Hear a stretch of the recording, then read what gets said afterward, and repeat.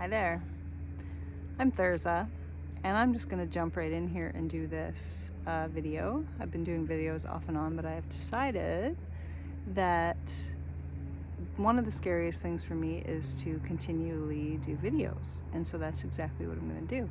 And you're not going to get good lighting, you're not going to get good videography, you're going to get words of wisdom, and you're going to get to see some animals. Zen's with me right now. And this channel is going to be about people who are highly sensitive and intuitive, and how do we live a life that is thriving, that is abundant, that is grounded and intuitive, and that most importantly, our bodies are healthy. Because I know for myself that's something I've struggled with a lot. I finally feel healthy and like my body is thriving, which is amazing to be able to say for me. And so I wanted to share today 3 things and 3 ways that I've come a long way in my journey to having a healthy body and thriving in abundance and creativity, and living in fierce presence in the center of my life, because that's something that's extremely important to me.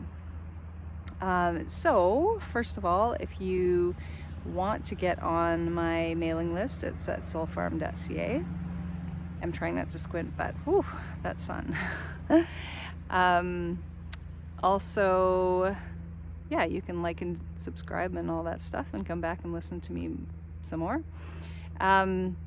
But the 3 things, most importantly, are, number 1, I've really nurtured the wild in me. So those of you who've read my book or heard about my book, The Wild in Us, it's really about connecting into those parts of ourselves. It's based on the energy centers, or the chakras, and connecting and getting to know all of the parts of ourselves, all of the levels of consciousness. My life is very much about consciousness and awareness. And so the first thing that I did for that is I surrounded myself with animals and with nature. I used to live in the city. You can see that's a little easier on the eyeballs. I used to live in the city with my family, and I always felt, even in houses that were not on the ground, like not living on the main, I felt really ungrounded. And so that's something for me that I have just listened to and said, okay, I need to live. If you see my house now, let's see, is there. So it's living on the main and bedrooms up. So that to me is the way that I have to live. I have to be, not have to, but I thrive when I live just steps from the earth. It's not hard for me to go outside. I can go outside in my bare feet and just stand in the earth. So that's really important to me. And also part of that, number 1, is also living with the animals. So I have surrounded myself with animals. We have 10 animals right now. 3 horses who are behind that bush at the barn. You can't see them, they're eating. We have 2 goats, 2 dogs, one of who's here and one's over there sitting. I thought he escaped, but there he is. And 3 cats, 1 black lady cat and 2 ginger boys that we got. They're still kittens, not a year old. So, and I absolutely love it. I wanted that my whole life, and now I have it, and I just absolutely love being surrounded by animals. It makes me feel grounded and in my body to be in nature and with the animals, and makes me really present. I'm somebody who can fly. I'm a Gemini, my sun sign, so I can really fly off into thinking and into learning and information and analyzing and all that. And so being here and being on the earth daily, oh, here comes my black lady cat, is something that is extremely healthy for me. So that's number 1. I would encourage you, even if you live in an apartment in the city, 20 floors up, to surround yourself with plants and nature and get out as much as you possibly can. Here's my girl, my nose. Kitty kitty. I call her the black black lady panther. Number 2 is, what's number 2? Oh my goodness. Okay guys, there's one of our ginger cats over there. That's a long way for him to come. He just started coming outside and he's way over here. Hi Leo. I think he followed you. Number 2, there's always gonna be lots of distractions in these. Number 2 is follow my heart. I have, as I wrote in my book, when I had my divorce in 2008, I believe, I promised myself that I would be the best me for me and the best me for my kids. And that I really committed to living, listening to my heart and my soul. And I had been hiding a lot of parts of myself, my crystals and my cards and my yoga mats and all of it. So I started salsa dancing, which is something I always wanted to do. I took my yoga teacher training, and I really just followed those impulses that came. And it's really gotten strong that I just know if it's a yes or no. Something is a question, it's just yes or it's no. And it becomes, hey, come. Here come the goats too. My goodness. Hi, Leo.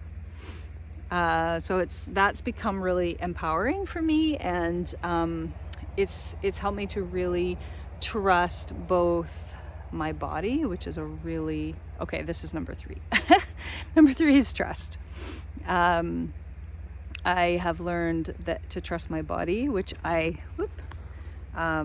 a long story, but I had eating disorders when I was younger. I've had a lot of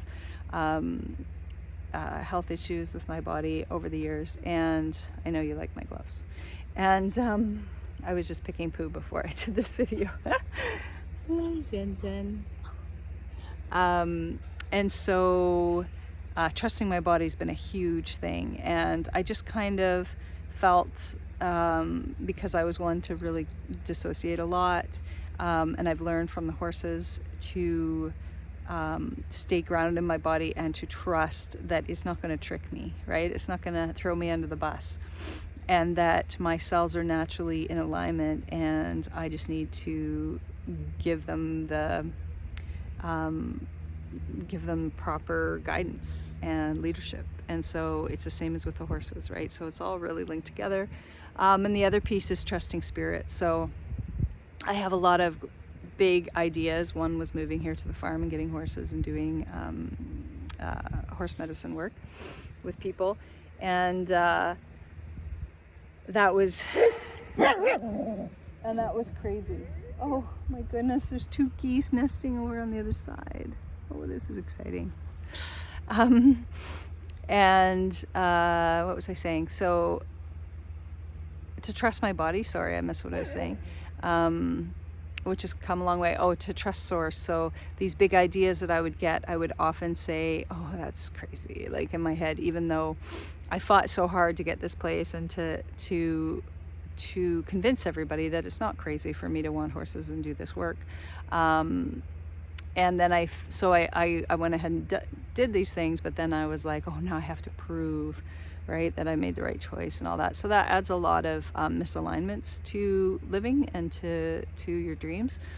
And so as the universe continues to give me these large projects and dreams, to really, my work, and I'm in that right now, is to really trust that, and to really just know that, to not write it off as too big, right? It's not too big, it's not too grandiose, it's something that I can commit to and bring through. So the trust had a lot to do with commitment too, and lacking commitment in knowing that I could do these things and bring them into being. So I think that's enough for today.